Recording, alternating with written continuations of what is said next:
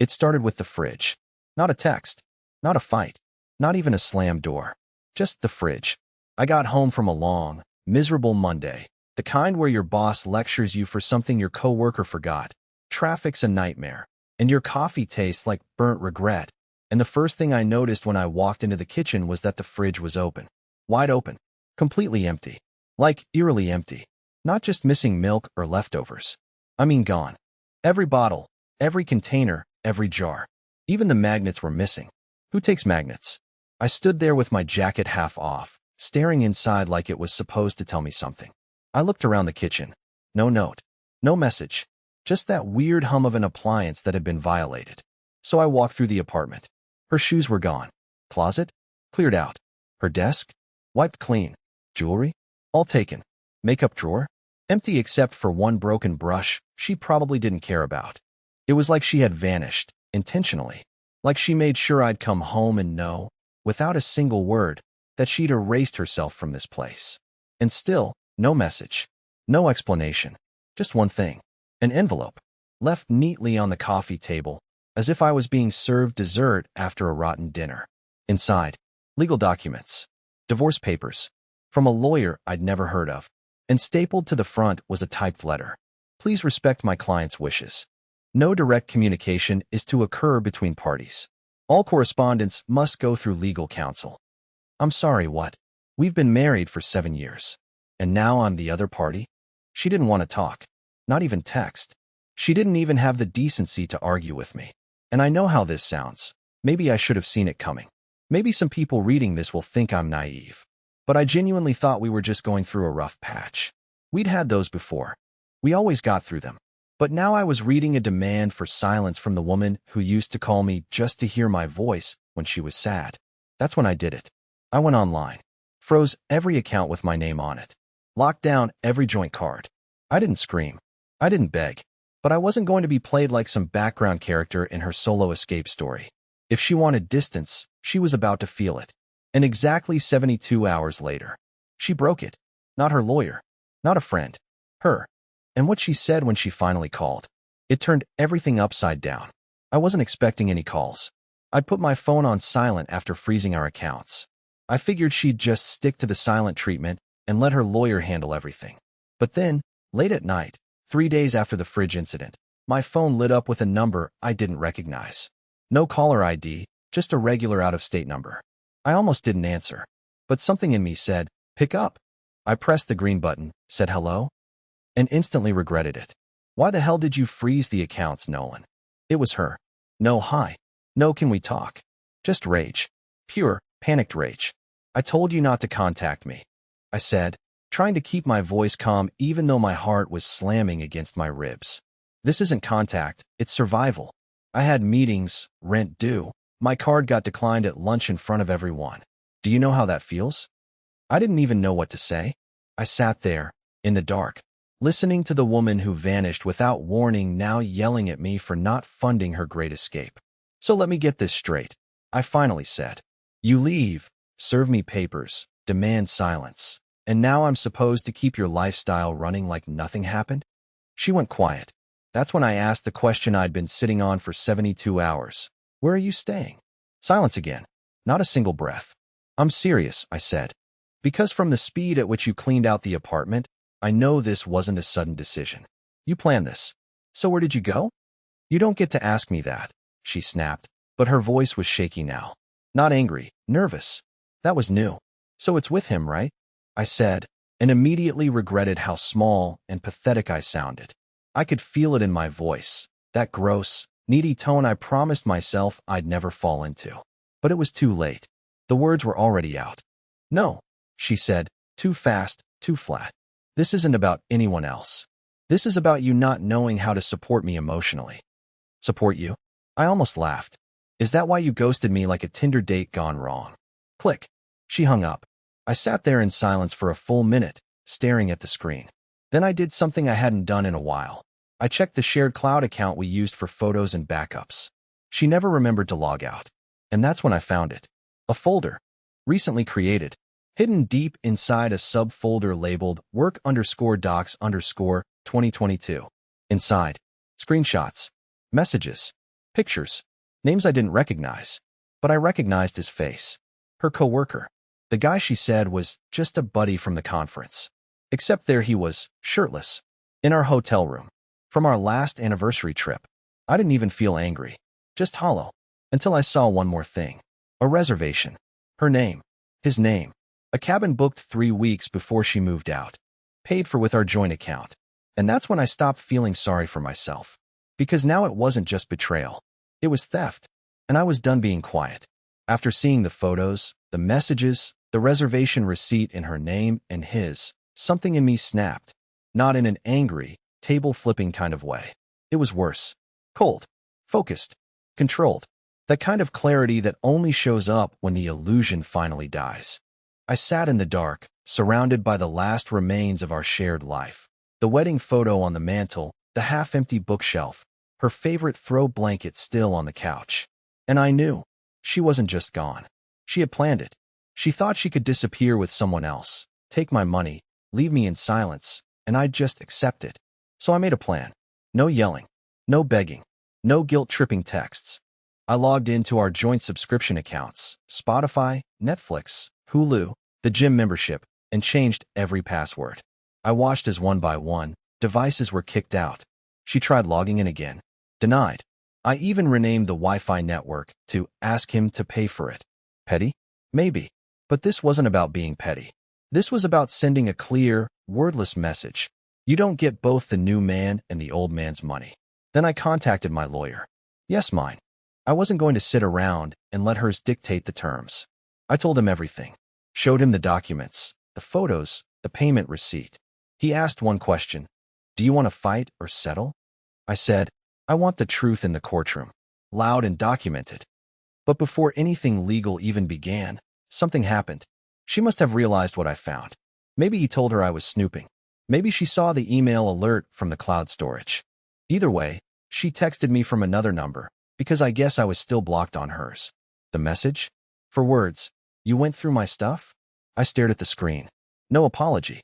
No remorse. Just that. Like I had violated her privacy after she emptied our apartment like a thief in the night.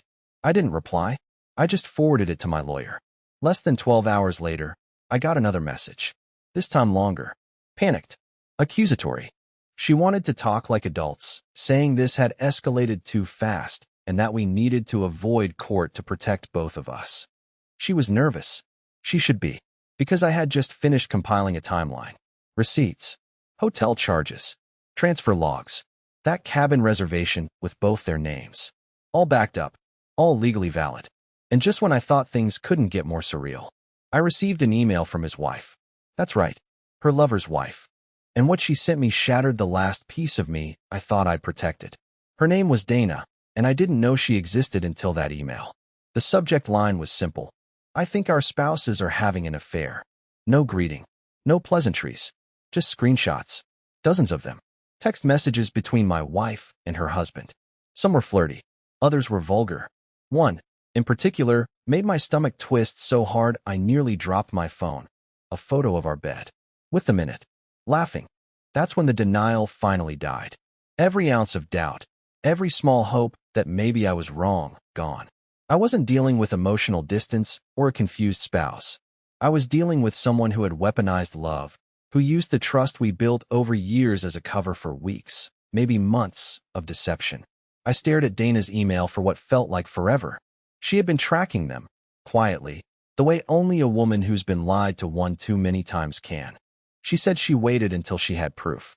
She wasn't just suspicious, she was documenting. Just like I was. I replied, yes. It's her. It's him. I have proof too. 10 minutes later, she called. Her voice was calm. Too calm. Like someone who had cried so hard she couldn't cry anymore. We talked. Compared notes. Turns out they'd been meeting at that cabin for months. One time, while I was at my nephew's birthday party and she claimed to be on a wellness retreat. Another time, our actual anniversary. I don't know what hit harder, the betrayal itself or the strategy behind it. She had spent weeks laying the groundwork. Moving money. Packing a little more each day. Testing how far she could go before I noticed. Dana said she was confronting her husband that night. Not with yelling. Not with violence. Just facts. And divorce papers. That's when I made my next move. I sent my wife. Yes, through her lawyer, just as she wanted, a formal response. It included one line that was mine, personally written and requested to be delivered exactly as is. If you want silence, you'll get it. But you won't enjoy it the way you thought. And then I attached a detailed counterclaim for financial misconduct, misuse of joint funds, and emotional damages, supported by both my evidence and Dana's. Less than an hour later, my phone rang again. Same number as before. She was sobbing. No more anger. No more entitlement. Just fear. Nolan, please. Don't do this. We can fix it. I wasn't thinking clearly. I said nothing. Just listened. She kept talking, blaming stress, her childhood, her therapist, even me. And then she said the one sentence I'll never forget. I didn't think you'd fight back. That was it. That was the moment I knew she never respected me. She just assumed I'd fold, that I'd cry, crawl into a hole, and let her start a new life while I paid for the furniture. She underestimated me. Badly. And the next thing I did would make sure she never forgot it. The morning after her teary phone call, I did something simple, quiet, and final. I changed the locks. I don't mean just the front door. I changed everything.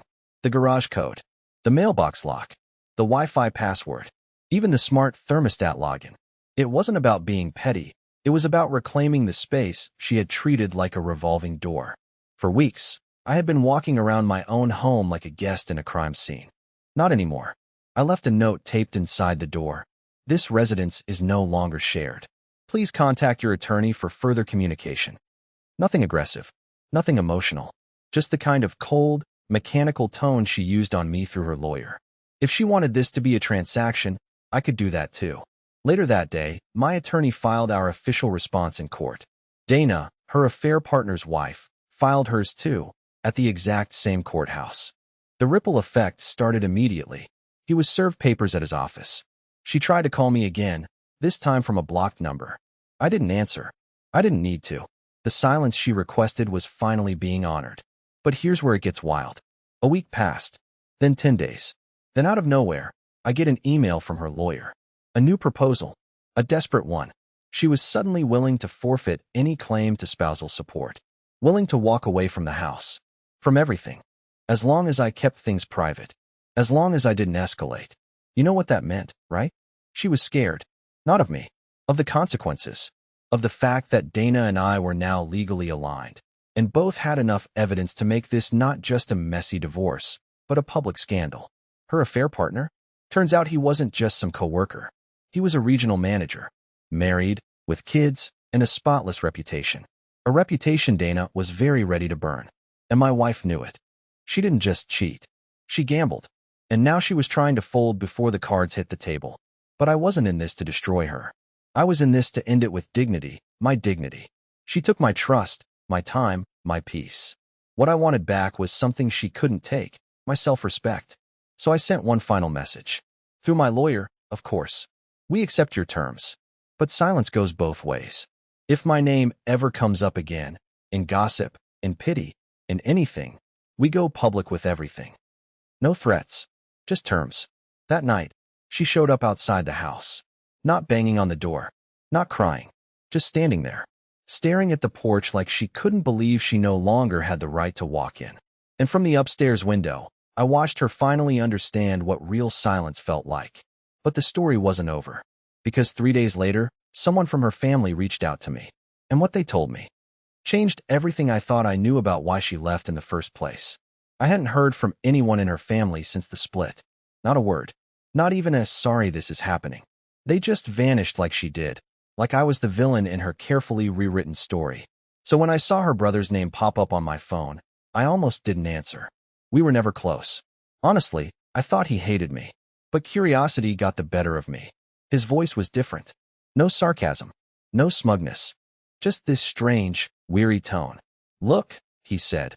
I know you probably don't want to hear from me, but you need to know something. I didn't say a word. Just listened. She's been spinning this whole story like you neglected her.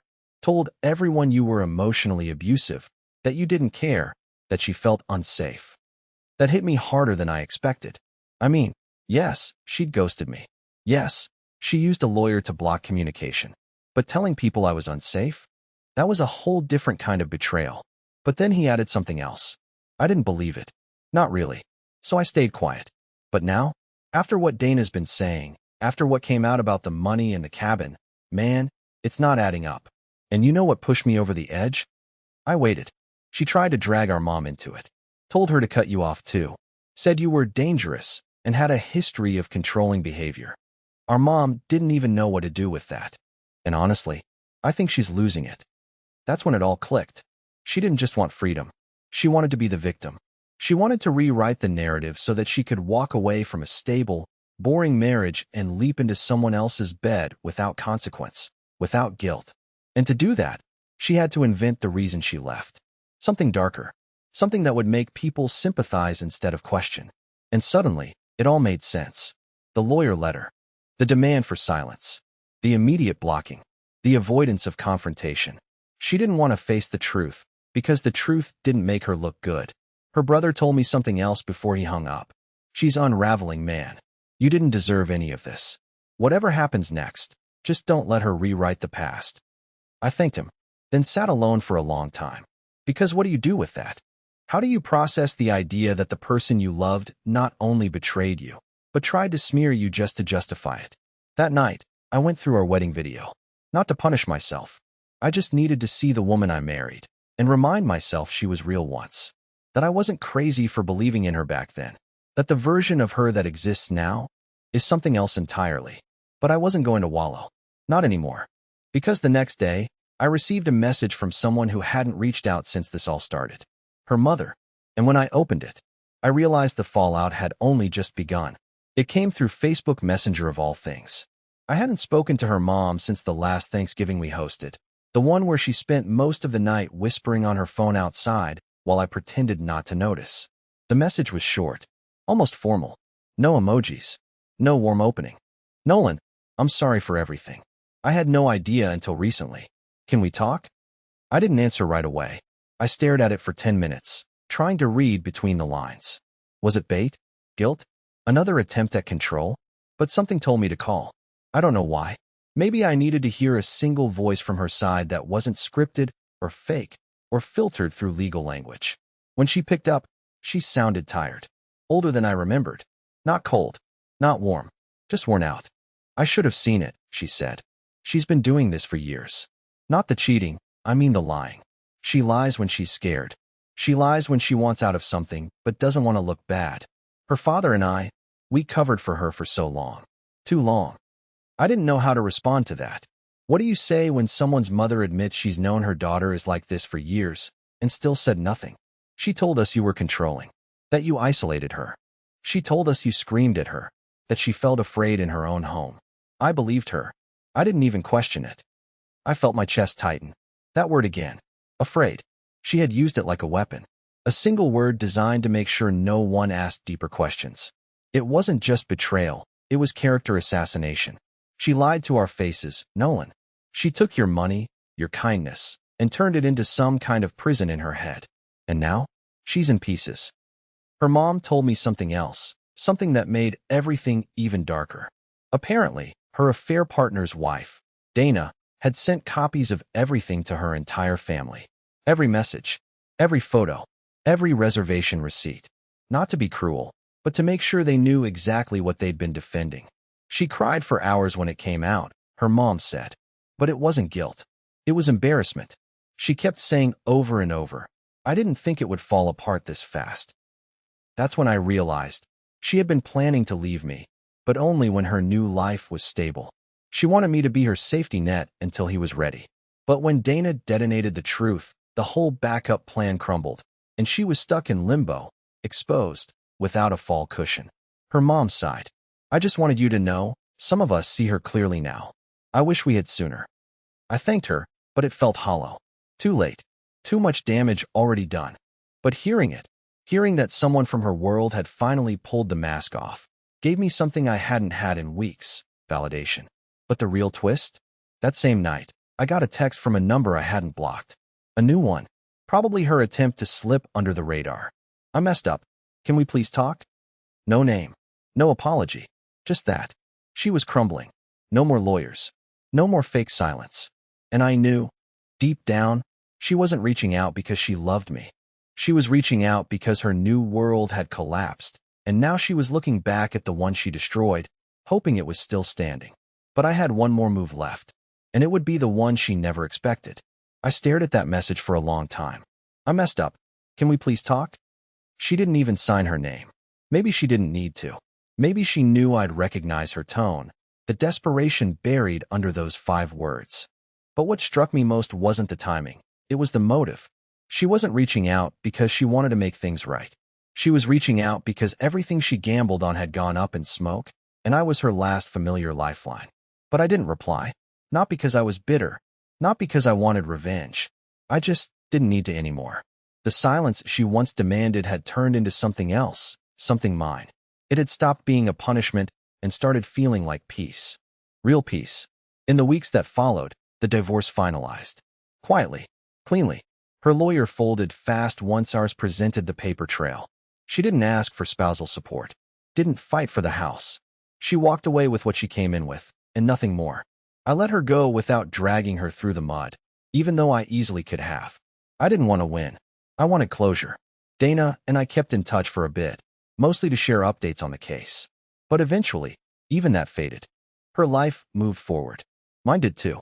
One night, I sat on the porch with a coffee in hand, the same porch she once stood on, staring at the house she used to call home. The wind was quiet. My dog snored at my feet. And for the first time in a long, long time, I smiled. Genuinely. I started traveling again. Something I used to love but stopped doing because she hated airports. I took a solo trip to the Pacific Northwest, hiked trails I'd only ever seen in photos, met people who didn't know my story, who just saw me as a guy rediscovering his life. It felt good to be anonymous. Not someone's husband, not someone's ex. Just me. And funny enough, that's where I met Harper. She wasn't dramatic. She wasn't complicated. She asked questions and actually listened to the answers.